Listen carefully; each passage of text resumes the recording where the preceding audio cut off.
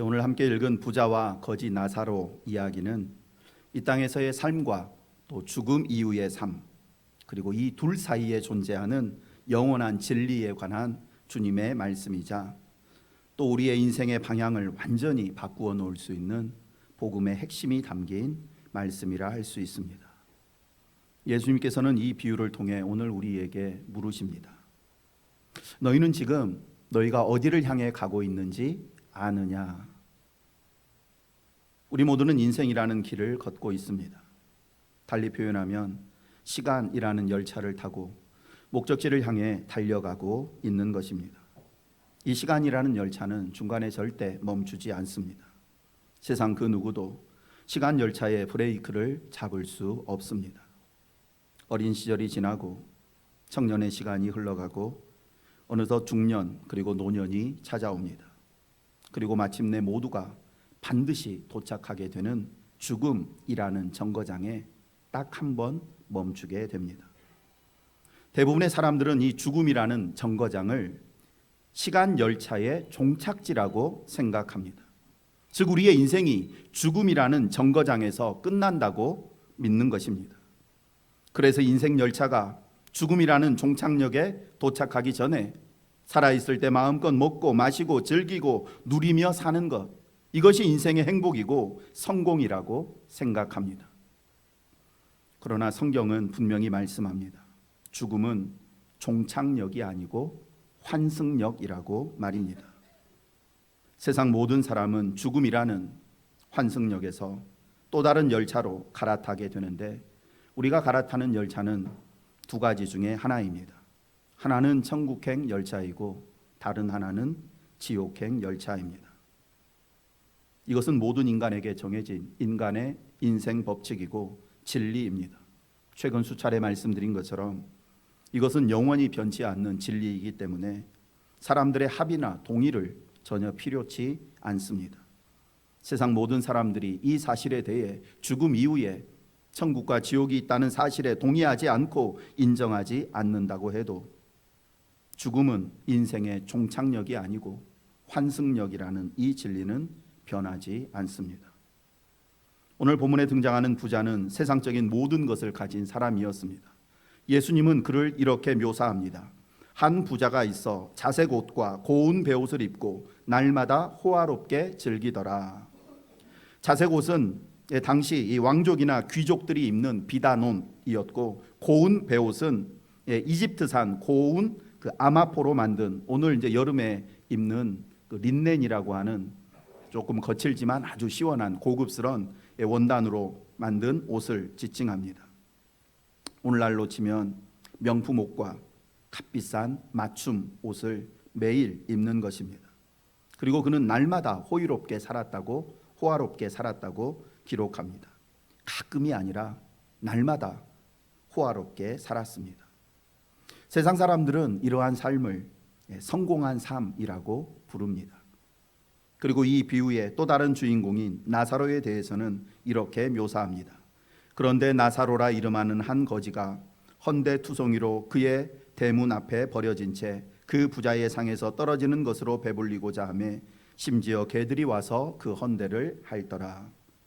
헌데투성이라는 말은 몸이 선한 곳 하나 없이 온몸이 상처투성이었다라는 의미입니다.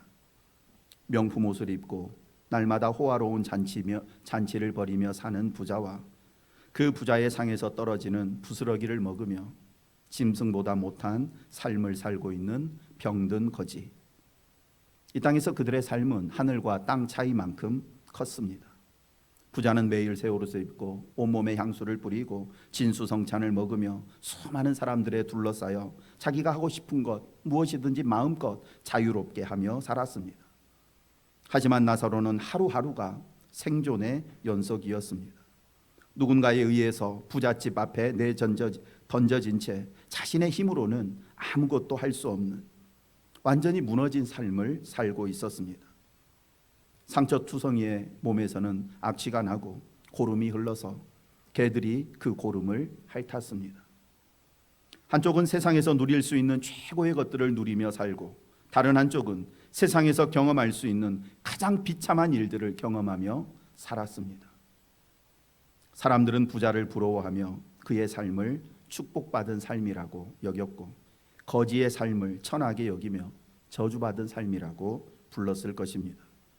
또한 사람들은 부자의 삶을 보면서 하나님께 은혜와 복을 받은 사람이라고 그를 지칭하고, 나사로의 가난과 질병을 보며 하나님의 심판과 저주를 받지 않았나 생각했을 것입니다. 그러나 예수님은 오늘 이 비유를 통해서 사람들의 그러한 시선과 기준이 얼마나 위험하고 잘못된 것인지를 분명하게 드러내십니다. 이 땅에서의 부와 건강, 성공과 사회적 지위가 하나님의 복을 의미하지 않으며, 반대로 가난과 질병이 하나님의 저주를 의미하는 것도 아니라는 것입니다.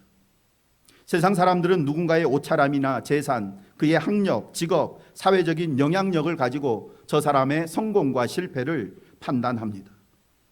그러나 하나님은 우리의 외적 조건이나 모습이 아니라 오직 한 가지만을 보시고 우리의 인생을 성공과 실패로 판단하시는데, 그것은 바로 우리 안에 믿음이 있느냐 없느냐 하는 것입니다.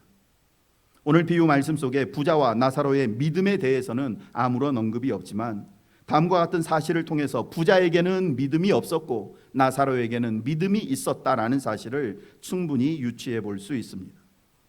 결론을 말씀드리면, 하나님은 부자의 삶에는 아무런 관심이 없으셨지만 거지의 모습에는 대단한 관심이 있으셨습니다. 그래서 하나님의 말씀을 기록할 때 부자의 이름은 아예 기록하지도 않고 거지의 이름은 나사로라고 분명하게 기록합니다. 하나님은 믿음이 없는 사람, 믿음으로 행하지 않는 모든 일들은 무가치하게 여기시지만, 믿음으로 행한 일은 냉수 한 그릇 대접한 것도 잊지 않고 하나님의 상급책에 기록해 놓으신다고 말씀하십니다. 아마 이 땅에 있을 때 부자의 이름을 모르는 사람은 없었을 것입니다. 반대로 거지의 이름이 나사로라는 사실을 아는 사람도 없었을 것입니다. 그러나 성경에는 부자의 이름은 없고 나사로의 거지의 이름만 나사로라고 밝힙니다. 사람들은 이 땅에서 내 이름을 사람들이 얼마나 많이 알고 있고 얼마나 내 이름을 높이 평가하는가에만 관심을 둡니다. 정말 중요한 하나님이 내 이름을 알고 계시는지에 대해서는 별 관심이 없습니다. 그러나 세상 사람들이 내 이름을 아는 것보다 하나님이 내 이름을 아시는 것이 천배, 만배, 억만배 더 중요합니다. 왜냐하면 이 부자처럼 생명책에 그 이름이 기록되어 있지 않으면 그는 영원한 지옥 불못에 던져지기 때문입니다. 누구든지 생명책에 기록되지 못한 자는 불못에 던져지리라. 그러니 세상에서 여러분의 이름 날리는 사람이 되려 하기보다 먼저 하나님 앞에 여러분의 이름이 기억되는 삶을 살기를 원합니다. 나사로라는 이름의 뜻은 하나님의 도움이라는 의미입니다. 하나님의 도움 없이는 살 수 없다고 고백하며 날마다 하나님의 도우심을 구하며 사는 사람, 이 사람이 믿음의 사람이고 하나님은 이 사람의 이름을 기억하십니다. 그런데 안타깝게도 세상 사람들은 심지어 하나님을 믿는다고 말하는 성도들조차 하나님 없이 호의호식하며 사는 부자를 부러워하고 날마다 하나님의 도움을 구하며 가난하고 비천하게 사는 나사로의 삶은 하찮게 여기며 회피하려고 합니다. 그러나 예수님은 오늘 말씀을 통해 분명히 말씀하십니다. 이 땅에서 누가 더 화려하고 풍족하게 살았는지가 아니라 그가 이 땅에서 하나님과 어떤 관계를 맺고 살았는지가 중요하다고. 너희가 세상 사람들과 세상의 것들을 얼마나 소유했느냐가 중요한 게 아니고 나와 너의 관계가 어떠한지가 중요하다고 말입니다. 계속해서 말씀을 보겠습니다. 성경은 담담하게 그러나 너무나 선명하게 이제 두 사람의 죽음에 대해서 기록합니다. 아마 나사로가 죽었을 때 그의 죽음을 슬퍼하는 사람은 한 사람도 없었을 것이고 장례를 치러줄 가족이나 친구도 없었을 겁니다. 어쩌면 거리를 청소하는 사람들에 의해서 성박 쓰레기 더미나 그냥 화장터에 내던져졌을지도 모릅니다. 반면 부자의 장녀는 화려했을 겁니다. 수많은 조문객들이 찾아와서 유가족들에게 애도의 말을 전하고 그의 시신은 값비싼 향료로 처리되어서 아름답고 화려하게 장식된 무덤 속에 장사되었을 겁니다. 그의 무덤 앞에 아름다운 꽃들이 장식되어 있고 그를 기념할 만한 기념비도 세워졌을 겁니다. 그리고 그의 무덤을 보는 많은 사람들은 참 이 사람 행복한 인생 살았다. 나도 저 사람처럼 저렇게 살다가 저렇게 죽었으면 좋겠다. 부러움의 말을 했을지 모릅니다.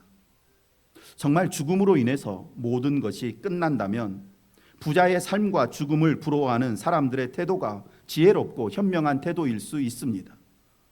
그러나 죽음은 우리 인생의 종착역이 아니고 환승역입니다.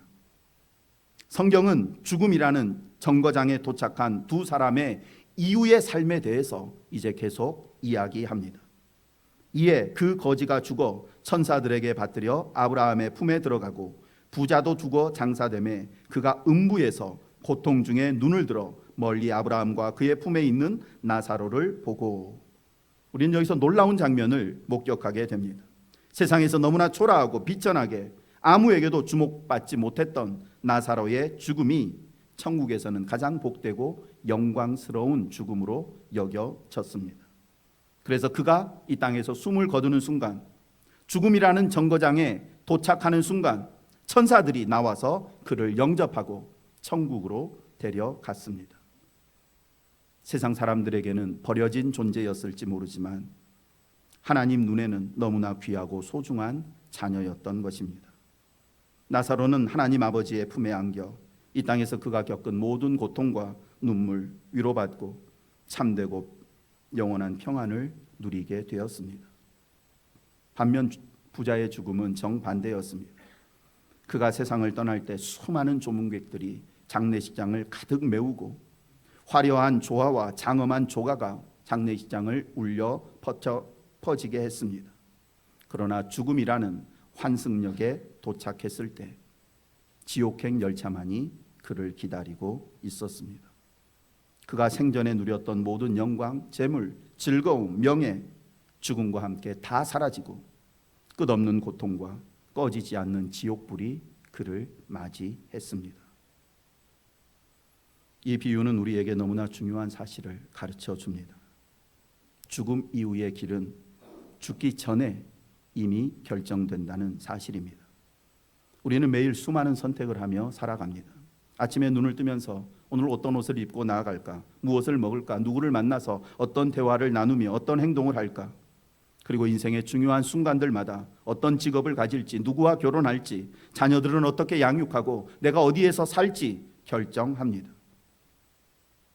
사람들은 자기에게 주어진 이 자유와 권리를 가지고 어쨌든지 더 나은 삶을 살려고 최선의 선택을 하려고 노력합니다. 그런데 우리가 살면서 내리는 수많은 결정과 선택 가운데 가장 중요하고 결정적인 선택이 하나 있는데 그것은 죽음 이후에 나는 어디에서 영원히 살 것인가 하는 선택입니다. 그리고 이 선택은 죽는 순간에 죽음을 맞이한 후에 선택을 내릴 수 있는 것이 아니고 지금 살아있을 때 오늘이라는 시간 속에서만 내릴 수 있는 선택이라고 말씀합니다. 부자와 나사로의 운명은 죽음 이후에 바뀐 것이 아닙니다. 죽음에서 깨어났더니 하루아침에 두 사람의 운명이 뒤바뀐 것이 아닙니다. 이 땅에서 살았던 그들의 삶이 죽음 이후 그들의 길을 이미 결정한 것입니다. 나사로는 가진 것도 의지할 사람도 없었지만 그에게는 하나님을 믿고 의지하는 믿음이 있었습니다. 그의 삶은 가장 낮고 비천한 곳에 처해 있었지만 그의 눈은 가장 높고 영광스러운 천국을 바라보며 살고 있었습니다. 반면 부자는 세상 누구보다 많은 재물과 권세와 인기와 명예를 가지고 있었지만 그에게는 하나님을 믿는 믿음이 없었습니다. 이 땅에서 우리의 소유는 죽음 이후에 내 삶에 아무런 영향도 미치지 못하고 오직 이 땅에서 가지고 있는 믿음만이 죽음 이후에 우리 삶의 목적지를 결정합니다. 사람들은 종종 이렇게 말합니다. 죽기 직전에 회개하고 예수님 믿으면 되지 않느냐. 그러나 죽음은 예고 없이 찾아옵니다. 그리고 지금 하나님의 말씀을 외면하는 사람이 마지막 죽는 순간에 갑자기 마음이 바뀌어서 하나님을 영접하는 일은 거의 없습니다. 오늘 내가 서 있는 이 자리가 내일 내가 서 있는 자리가 될 것이고, 지금 내가 걷고 있는 길이 내가 앞으로 영원히 걷게 될 길과 연결되어 있다 해도 과언이 아닙니다. 그러므로 지금 이 순간 내 마음이 하나님을 향해 있는지, 내 삶의 방향이 천국을 향해 있는지 반드시 점검해야 합니다. 그러나 부자는 이 땅에 있을 때 단 한 번도 인생의 종착지에 대해서 생각해 보지 않았습니다. 그의 관심은 오직 오늘을 어떻게 즐겁게, 오늘 어떻게 성공하고 사람들에게 칭찬받고 인정받을까에만 있었고, 죽음 이후의 세계에는 그의 관심 목록에 없었습니다. 그러다가 죽음이라는 문을 통과한 후에야 비로소 깨달았습니다. 죽음은 인생의 종착역이 아니고 환승역이었구나. 그래서 죽음이라는 환승역에서 지옥행 열차가 아니라 천국행 열차를 타고 싶어 천국행 열차를 타려고 했지만 기회는 이미 끝이 났고 회개의 문은 굳게 닫혔습니다. 이 땅에 있는 동안 하나님의 말씀 앞에서 어떤 선택을 했느냐가 죽음 이후 우리의 영원한 삶을 좌우합니다. 우리는 지금 이 땅에서 얼마나 많은 기회를 누리며 살고 있는지 모릅니다. 이렇게 마음껏 예배드릴 수 있는 자유가 있고, 언제든지 하나님의 말씀을 펴서 그분의 음성을 들을 기회가 있으며, 말씀을 전해주는 목회자가 있고, 나를 기도해주는, 위에서 기도해주는 믿음의 동역자들이 있습니다. 무엇보다 매주일마다 하나님은 우리를 주의 전으로 초대하셔서 계속해서 자비와 은혜의 초청으로 우리를 부르고 계십니다. 이것은 우리에게 주어진 엄청난 특권이자 은혜라고 할 수 있습니다. 그런데도 많은 이들이 이 많은 기회와 은혜의 시간을 외면하며 믿음과 순종을 자꾸만 내일로, 다음으로만 미룹니다. 고린도후서 6장 2절 말씀 함께 읽겠습니다. 보라, 지금은 은혜 받을 만한 때요, 보라, 지금은 구원의 날이로다. 하나님께서 우리에게 허락하신 구원의 기회는 언제나 지금입니다. 내일이라는 시간이 나에게 또 주어질지 아무도 보장할 수 없습니다. 오직 오늘, 지금이라는 시간만이 회개하고 믿음을 결단할 수 있는 은혜의 시간입니다. 그러므로 사랑하는 성도 여러분, 지금 다시 복음을 듣고 지금 믿음으로 반응하셔야 합니다. 오늘 회개하고, 오늘 순종하고, 오늘 사랑하고, 오늘 용서하고, 오늘 복음을 전해야 합니다. 내일은 없고 오늘만이 영혼을 준비할 수 있는 유일한 시간이고 나에게 주어진 은혜의 기회라고 생각해야 합니다. 지금 이 시간 우리의 마음과 생각을 죽음 이후에 영원한 삶으로 돌릴 수 있기를 원합니다. 죽음 이후에 내 영원한 삶을 결정하는 그 결정적인 순간은 바로 지금입니다. 오늘 우리가 내리는 믿음의 선택이 우리 영혼의 최종 목적지를 결정합니다. 천국행 열차는 준비된 사람만이 올라탈 수 있습니다. 회개하는 사람, 믿음을 준비한 사람만 탈 수 있습니다. 지금 이 시간 주저하지 말고 예수 그리스도를 나의 구주로 다시 고백하며 우리의 남은 생애를 주님께 드리기로 결단하기를 원합니다. 이제 화면을 보면서 함께 하나님 앞에 기도드리겠습니다. 함께 합니다. 주님, 오늘 저는 예수 그리스도를 저의 유일한 구주와 주님으로 믿고 영접합니다. 주님께서 십자가에서 저의 죄를 위해 죽으시고 부활하셔서 영원한 생명을 주신 것을 믿습니다. 이제 더 이상 세상의 것과 제 자신을 의지하지 않고 오직 주님만 의지하며 따르겠습니다. 주님이 걸으신 십자가의 길을 힘들고 눈물이 나더라도 끝까지 걸어가겠습니다. 천국을 향한 이 믿음의 여정에서 결코 돌아서지 않겠습니다. 주님, 저의 마음과 생각, 말과 행동을 다스려 주옵소서. 저의 가정과 직장과 모든 삶의 자리를 주님의 나라와 복음을 전하는 도구로 사용하여 주옵소서.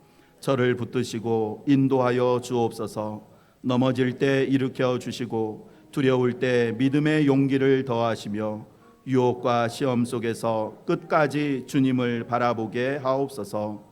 제 생명이 다하는 날 주님 품에 안겨 잘하였다 착하고 충성된 종아라는 칭찬을 듣게 하옵소서. 오늘 이 고백이 평생의 서약이 되어 죽는 날까지 주님과 동행하며 살게 하옵소서. 예수님의 이름으로 기도드립니다. 아멘. 이제 여러분의 삶을, 여러분의 주변을 또 한번 돌아보시기를 원합니다. 여러분의 가정과 직장, 이웃과 친구들 가운데 아직까지 복음을 알지 못한 채 살아가는 사람들이 있습니다. 우리가 침묵하고 우리가 복음을 전하지 않으면 그들이 죽음이라는 정거장에 이르게 되었을 때 어떤 일이 벌어지겠습니까? 그날이 오기 전에 지금 우리가 해야 할 일이 있습니다. 그들을 위해서 기도하고 그들에게 예수님의 사랑을 보여주고 복음을 전하고 예수 그리스도를 소개하는 것입니다. 지금이 바로 사랑하는 가족과 형제, 이웃과 직장 동료들에게 복음을 전할 시간입니다.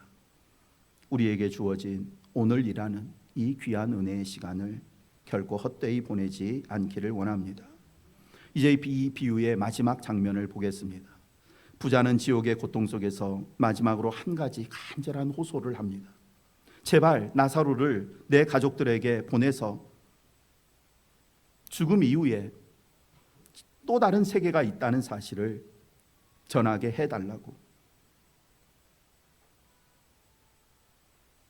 내 가족만큼은 이 무서운 지옥에 오지 않게 해달라고. 제발 나사로를 그들에게 한번 보내달라고 간절히 요청했습니다. 그러나 아브라함의 대답은 단호합니다. 그들에게는 이미 모세와 선지자들이 있다. 다시 말해서 하나님의 말씀을 듣고 돌이킬 충분한 기회가 계속해서 사람들에 의해서 주어지고 있다는 것입니다. 그러면서 말합니다. 만약 그들이 너와 같이 완고한 마음을 가지고 있으면 죽은 사람이 살아나서 복음을 전해도 그들은 믿지 않을 것이다. 이 말씀은 오늘 우리에게 너무나 중요한 영적 원리를 가르쳐 줍니다. 하나님의 말씀 앞에 마음을 닫은 사람은 놀라운 기적을 목격해도 믿음이 생기지 않는다는 것입니다. 자기의 눈앞에 천사가 나타나고 하늘이 갈라지고 죽은 자가 살아나도 그의 마음은 믿음으로 향하지 않습니다. 왜냐하면 하나님은 오직 이 믿음을 말씀을 통해서만 생기는 것으로 정해 놓으셨기 때문입니다. 기적은 믿음을 주는, 자라게 하는 통로가 아니라 이미 받은 믿음을 확인해주고 격려해주는 수단일 뿐입니다. 출애굽 당시 이스라엘 백성들이 어떤 놀라운 기적들을 경험했습니까? 애굽 땅에 있을 때 그들의 눈앞에서 홍해가 갈라지고 아침에 눈을 뜨면 날마다 새로운 만나가 내리고 반석에서 물이 솟아나는 그 놀라운 기적을 보았음에도 불구하고 그들은 끊임없이 하나님을 원망하며 불신했습니다. 기적이 믿음을 자라게 하는 것은 아니다라는 사실을 분명하게 말씀합니다. 그런데도 우리는 여전히 이런 생각을 갖습니다. 하나님이 내 인생에 기적을 한번 베풀어 주시면 내가 하나님 더 온전히 믿고 하나님께 온전히 헌신할 수 있을 텐데, 그러나 하나님은 말씀이 아닌 기적 위에 세워진 믿음은 모래 위에 지은 집과 같이 허무하다고. 겉보기에는 화려하고 수많은 사람들이 환호성을 지르며 몰려다니지만 그러나 시험이 오고 고난이 몰려오면 기적을 통해 믿음을 가졌다고 생각하는 모든 사람들은 다 무너지게 됩니다. 하지만 오직 하나님의 말씀을 통해 믿음이 생기고 믿음이 자란 사람은 세상에 아무리 거센 폭풍과 비바람이 몰아져도 흔들리지 않습니다. 성경은 믿음은 오직 듣는 데서부터 시작된다고 말씀합니다. 하나님은 하나님의 백성들이 믿음의 시작, 믿음의 성장을 하나님의 말씀을 지속적으로 묵상하는 것을 통해서만 자라도록 그렇게 정해 놓으셨습니다. 말씀 없는 기적의 체험은 뿌리 없는 꽃과 같습니다. 잠깐은 화려하고 향기가 날지 모르지만 오래 가지 못합니다. 지금 저와 여러분에게 필요한 것은 더 큰 기적이 아닙니다. 이미 우리에게 주어진 하나님의 말씀을 더 온전히 믿고 순종하는 것입니다. 기적을 기다리면서 주저하고 멈춰 있지 마시고 이미 주신 말씀 붙잡고 일단 순종의 걸음을 내디디시기를 원합니다. 그러면 그 믿음의 결과로 하나님이 우리에게 기적을 보여주십니다. 말씀을 마칩니다. 우리의 인생은 누구도 멈출 수 없는 열차와 같습니다. 아무리 힘이 세고 부유하고 건강하고 성실하고 착하게 살아도 이 열차는 멈추지 않고 계속 달립니다. 그리고 한 사람도 예외 없이 세상의 모든 사람들은 죽음이라는 역에 한 번 멈추게 됩니다. 그리고 그곳에서 모두가 환승합니다. 천국행 열차냐 지옥행 열차냐 다른 기차는 없습니다. 죽음이라는 역에 섰을 때 그제서야 허둥지둥 천국행 표를 사려고 하는 어리석은 사람들 되지 않기를 원합니다. 죽음이라는 역에는 새로운 표를 파는 창구가 없습니다. 그 표는 지금 살아있는 지금 이 시간만 살 수 있습니다. 그 표의 이름은 예수 그리스도에 대한 믿음입니다. 나사로는 가진 것이 없었지만 예수 그리스도를 믿는 믿음이라는 표를 가지고 있었고, 그래서 그가 숨을 거두는 순간 천사가 영접하여 아브라함의 품으로 데려갔습니다. 여러분에게 믿음의 표가 들려 있습니까? 아직 아니지만 언젠가는 믿겠지. 지금은 아니지만 다음에 기회 되면, 여건이 허락되면 열심히 순종해야지. 계속해서 내일만을 기약하고 있지는 않습니까? 내일은 우리의 날이 아닙니다. 오늘이 은혜 받을 만한 때요, 지금이 구원의 날입니다. 이곳에 있는 우리 중 한 사람도 예외 없이 이 세상을 떠날 때 예수님을 믿는 믿음의 표를 가슴에 품고 세상을 떠나기를 원합니다. 그리고 사랑하는 가족과 친구들에게도 우리가 가지고 있는 이 천국의 티켓을 우리의 삶으로 보여주고 전해주기를 원합니다. 그들이 죽음이라는 역에 도착하기 전에 반드시 천국행 티켓을 손에 쥘 수 있도록 꼭 예수님을 전할 수 있기를 간절히 소망합니다. 기도드립니다.